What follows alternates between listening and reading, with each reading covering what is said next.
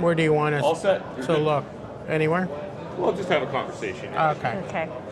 So I'm here with Avrum Gotlieb, who is the Interim Vice Dean of Graduate and Life Sciences Education at the University of Toronto.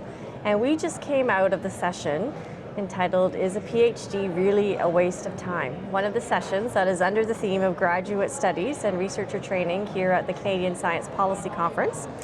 So Avrum, can you answer the question for us? Is a PhD really a waste of time?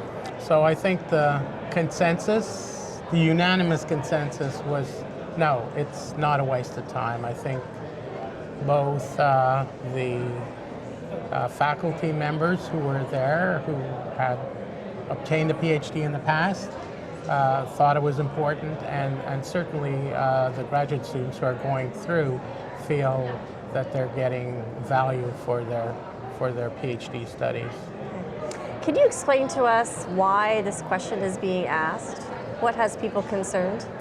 Well, I think the concern is the issue around jobs. Mm-hmm. And so we read a lot about the fact that many folks who have a PhD, or especially recent graduates, are having difficulty finding jobs, especially finding jobs in the discipline that they've that they've trained for. And so I think because of that, people are asking, is the PhD really necessary for people to be able to move on? So is this calling for a new approach to training PhDs, or is this calling for perhaps not training as many PhDs? No.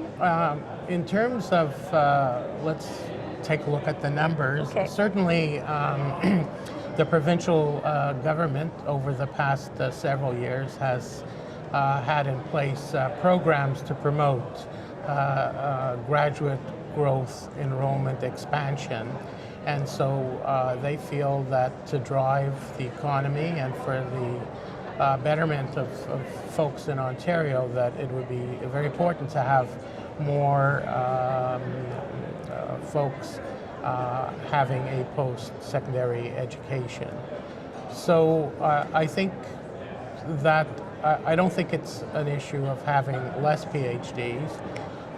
I think the issue is really to look at what are the demands across the board and whether there has to be some tweaking of the educational programs. Mm-hmm. Still, the important thing is the quality of the PhD.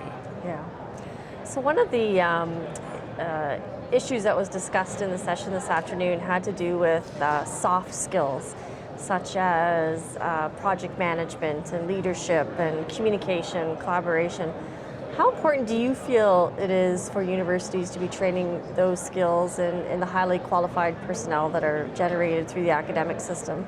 Or do you think this is something that is better handled perhaps by the workplace after a student has graduated?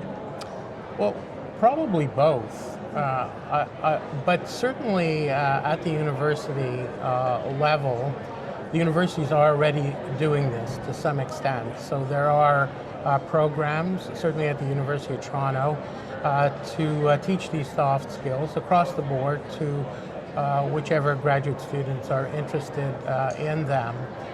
And I think having a formal education in these soft skills for many students seems to be quite important.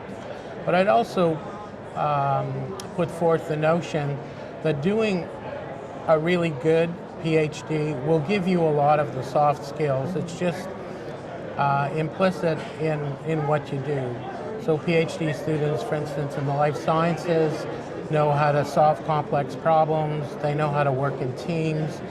They have the ability to write reports, to make, to prepare presentations. All those are some of the soft skills that people look for in their hiring. Okay. So I know there were a number of students in the room today who may have been thinking about, should I pursue a PhD, given some of the numbers of PhDs that are getting jobs in academia, which is, I guess, changed over the past few decades. What advice would you have for a student who may be finishing their master's program and making this big decision about whether to go on further into a PhD? What would you recommend that they think about and consider in selecting a program, or selecting whether or not to even pursue going for that level of training? Well, I think the most important thing is for them to know what their own expectations are and where they find that they can put their skill sets towards. So I don't think we should be making decisions for graduate students as to whether they should go on or not. I think we should explain the opportunities, explain the numbers, but I think we have to be optimistic, because this is a knowledge-based economy, and we've heard time and again that the PhD is not going to harm your prospects. And so it's really for the students to be a little more innovative as they come towards the end of their training, to see how they could put their PhD to use, knowing the fact that only 15% will stay in academia. And this has been well known, so it's not a hidden fact. Not a new statistic. No. Okay. And thank you very much, Avrum, for your time, and more from CSPC later. Thank you.